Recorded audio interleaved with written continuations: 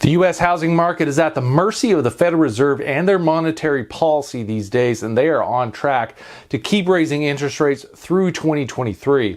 This is going to put further downward pressure on home prices as mortgage rates head higher as well. In today's video, we're going to look at what the Fed's latest projections are for interest rates heading into 2023, what that would mean for mortgage rates, and ultimately home prices. Let's get into it.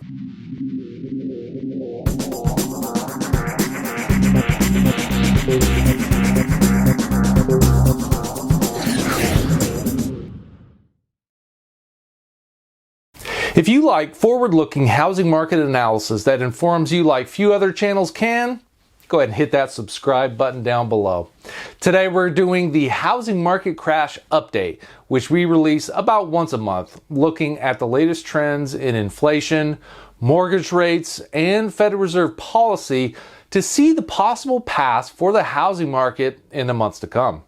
Today I'm going to do something a little bit different. In previous updates, I've put forth a range of scenarios of where the housing market could end up by the end of 2022, depending on what happened with Fed policy response to inflation and how that affects mortgage rates and home affordability.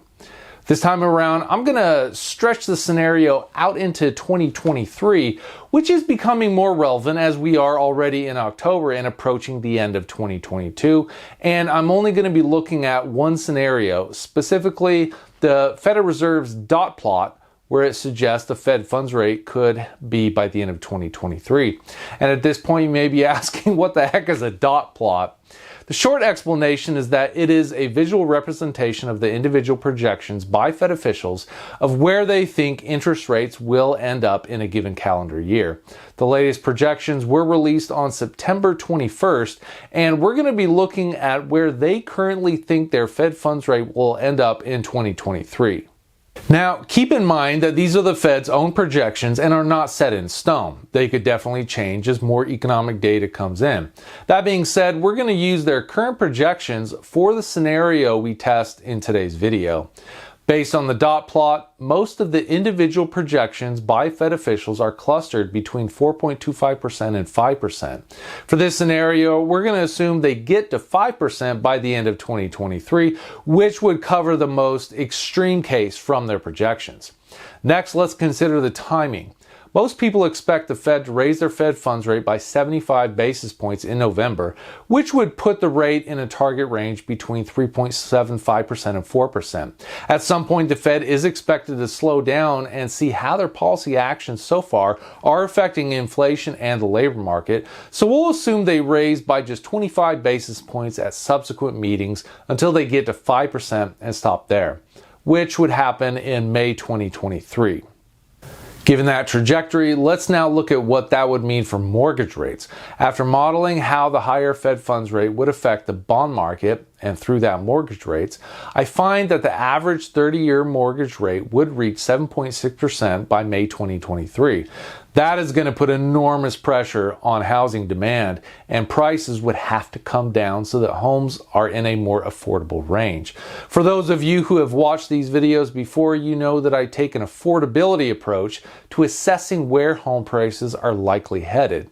I do this instead of focusing on supply because the downtrend we're already seeing in the national level housing data is due to a shock to demand because of rising mortgage rates.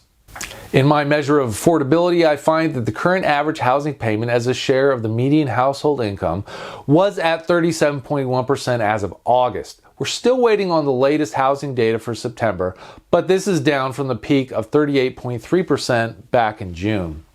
In my past scenarios, I've assumed this ratio would need to get down to at least 35% to get back to a reasonable level of affordability, even if it is still at the extreme end. So that is where we will work with here.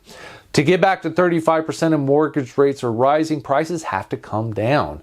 So now I have a scenario with a projected mortgage rate and affordability level out to May 2023, and assuming my estimate of median household income continues to grow at historical averages, I can now calculate what would happen to home prices in this scenario.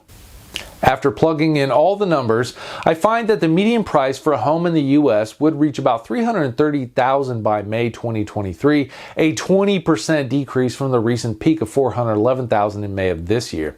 That's a pretty big correction, but it falls short of a full 30% crash in home prices like we saw back in the financial crisis in 2008 and 2009. But keep in mind that this is the national median price. Some markets could see much larger corrections. The San Francisco Bay Area, for example, could see a correction of up to 40% in the median price for the region. If you want to know more about that scenario, check out my recent video on it. I'll leave a link to it in the description down below. Some markets could also see a much shallower correction as well. Some markets I've covered in other videos, like Raleigh, North Carolina, are doing much better because they did not see the big run-up in prices as in some of the hotter markets.